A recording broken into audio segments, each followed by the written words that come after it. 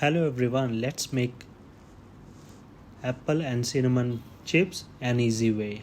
You can make at home and you need only two ingredients, lemon and apple.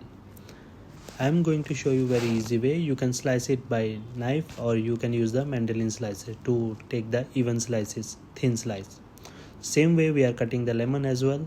So after cutting everything thin slices, we are going to put in a sugar syrup. So after cooking in the sugar syrup about 5 minutes, we are going to remove it and put in the strainer.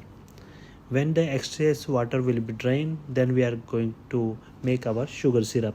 For the sugar syrup, we are adding the sugar 1 cup and water 1 cup. Then I am adding little bit of glucose syrup, which is about 20 ml. After cooking the lemon in the syrup, we are using the parchment paper, then we are laying in the baking tray.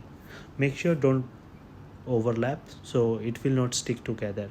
After putting in the tray, we are going to bake about 10 minutes more. Same way we will make the apple as well in the sugar syrup coating first, then we are going to simmer about 5 minutes. Again we are going to remove the apple, then arrange in the parchment paper in oven tray. After that you can see the apples and cinnamon both we have to mix it together. Just sprinkle over the apple some cinnamon powder. As you can see, I'm not adding that much. If you like to add more, you can add more. These are the best garnishing for the desserts. If you like to add some more flavors, you can make more with more vegetables or oranges or dragon fruits, whatever you like. Like and follow for more recipes. Thank you for watching guys. This is Chef Suraj.